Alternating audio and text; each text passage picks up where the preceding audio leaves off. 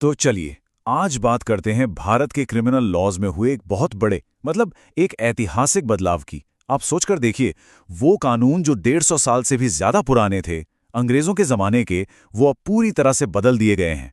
और पता है, ये सिर्फ कानूनों का बदलना नहीं है, ये तो सोच का बदलाव है। सजा यानी दंड से न्याय यानी न्याय की तरफ। देखिए, ये कोई छोटा मोटा अपडेट या कोई पैचवर्क नहीं है। हम बात कर रहे हैं कॉलोनियल एरा के कानूनों को जड़ से उखाड़ फेंकने की। जरा सोचिए, 1860 का इंडियन पीनल कोड और अब 2023 का भारतीय न्याय संहिता। ये जो सफर है ना, ये सिर्फ सालों का नहीं बल्कि पूरी की पूरी फिलॉसफी का है। फोकस अब पनिशमेंट पर नहीं बल्कि जस्टिस पर है। तो मोटे तौर पे कौन से बड़े बदलाव हुए हैं? समझिए, जो पुराना इंडियन पीनल कोड जिसे हम सब आईपीसी कहते थे, उसकी जगह ले ली है नए भारतीय न्याय संहिता यानी बीएनएस ने। और जो सबूतों वाला कानून था, द इंडियन एविडेंस एक्ट, वो अब बन गया है भारतीय साक्ष्य अधिनियम या शॉर्ट में कहें तो बीएसए। तो चलिए एक एक करके देखते हैं कि इन नए कानूनों में आखिर नया क्या है। सबसे पहले आइए बीएनएस यानी भारतीय न्याय संहिता को समझते हैं।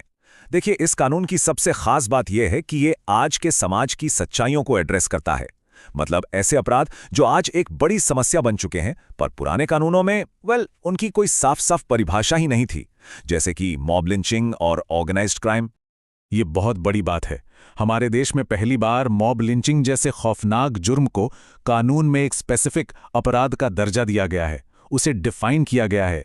बीएनएस का सेक्शन 103 साफ साफ कहता है कि अगर कोई ग्रुप एक भीड़ किसी की जाति, समुदाय या ऐसे ही किसी भी आधार पर उसकी हत्या कर देती है तो उसे मॉब लिंचिंग माना जाएगा। और हाँ, भीड़ का मतलब क्या है, ये भी कानून में साफ कर दिया गया है। मॉब लिंचिंग के अपराध के लिए उस ग्रुप में कम से कम 5 लोगों का होना जरूरी है। ये नंबर बहुत जरूरी है क्योंकि इसी से तय होगा कि ये जुर्म इस सेक्शन के तहत आता है या नहीं।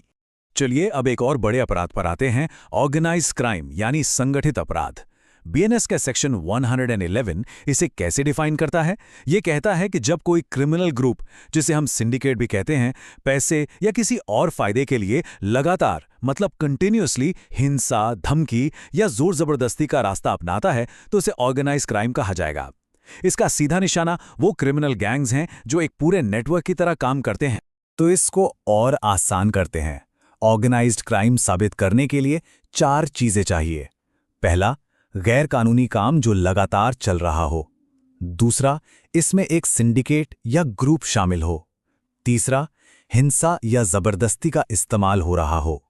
और चौथा, इन सब का मकसद क्या है? पैसा या कोई और फायदा कमाना। जब ये चारों चीजें एक साथ मिलती हैं तो बनता है ऑर्गेनाइज्ड क्राइम। ठीक है, तो हमने अपराधों की तो बात कर ली, लेकिन किसी अपराध को कोर्ट में साबित कैसे करेंगे? सबूत कहां से आएंगे?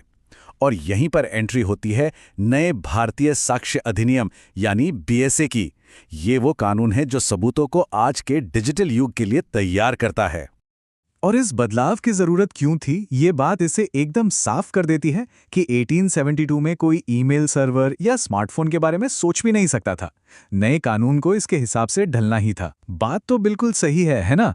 जब सबूतों का तरीका ही बदल गया है, जब हमारे पास व्हाट्सएप चैट्स हैं, ईमेल हैं, तो सबूतों का कानून 150 साल पुराना कैसे रह सकता था? और दोस्तों, ये एक रेवोल्यूशनरी बदलाव है। समझिए, पुराने कानून में ईमेल, व्हाट्सएप मैसेज, इन सबको सेकेंडरी एविडेंस माना जाता था, मतलब कागज के दस्तावेजों से कमतर। लेकिन अब नए बीएसए के तहत इलेक्ट्रॉनिक रिकॉर्ड्स को प्राइमरी एविडेंस का दर्जा मिल गया है, यानी अब वो कागजात के बराबरी मजबूत सबूत हैं। और सिर्फ इतना ही नहीं, उन्हें कोर्ट में पेश करने का तरीका भी बहुत आसान कर दिया गया है। तो सवाल उठता है कि कितना आसान हुआ है? तो सुनिए, अब डिजिटल सबूत को सर्टिफाई करने के लिए बस 3 आसान स्टेप्स हैं। पहला, बताइए कि ये रिकॉर्ड क्या है, मतलब ईमेल है, वीडियो है, क्या है। दूसरा, ये बताइए कि ये किस डिवाइस से बना, फोन से या लैपटॉप से। और तीसरा, बस ये डिक्लेयर कर दीजिए कि जब ये रिकॉर्ड बन रहा था तो डिवाइस ठीक से काम कर रहा था। That's it. पुराना वाला वो मुश्किल सर्टिफिकेट का झंझट खत्म।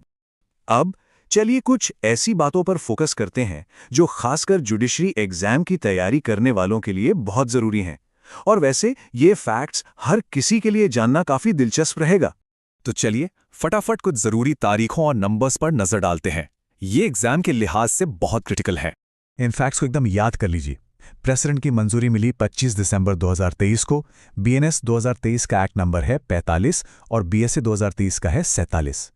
और सबसे ज़रूरी बात, ये लागू कब से हुए? 1 जुलाई 2024 से।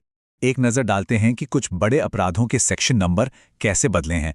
जैसे मर्डर, जो पहले आईपीसी 302 था, अब बीएनएस में सेक्शन 103 हो गया है। या फिर स्नैचिंग यानी छीना झपटी, ये पहले कहीं डिफाइंड ही नहीं था, पर अब इसके लिए बीएनएस में एक खास सेक्शन 304 है। यहाँ एक बहुत ज़रूरी बात है जिसे समझना होगा, और अक्सर यही गलती होती है। ये नए कानून सिर्फ उन्हीं मामलों पर लागू होंगे जिनकी जांच 1 जुलाई 2024 के बाद शुरू हुई हैं। जो भी केस या अपीलें इस तारीख से पहले से पेंडिंग है, वो सब पुराने कानूनों के हिसाब से ही चलेंगी। इस बात को एकदम गांठ बांध लीजिए।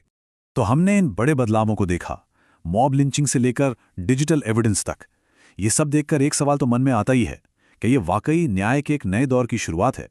इस बदलाव के स्केल को समझने के लिए जरा इन नंबर्स को देखिए। इंडियन पीनल कोड 163 साल चला, इंडियन एविडेंस एक्ट 151 साल, और अब आए हैं ये नए कानून। ये सच में एक जनरेशनल शिफ्ट है, एक बहुत बड़ी कोशिश है हमारे लीगल सिस्टम को आज के ज़माने के हिसाब से ढालने की। और जाते जाते एक सवाल सबके लिए छोड़ जाते हैं। हमारा जस्टिस सिस्टम डिजिटल तो हो रहा है, जो अच्छी बात है, पर हम ये कैसे सुनिश्चित करेंगे कि ये बदलाव उन लोगों के लिए एक डिजिटल डिवाइड ना बन जाए जिनके पास टेक्नोलॉजी की पहुंच नहीं है? इस पर सोचना बहुत जरूरी है।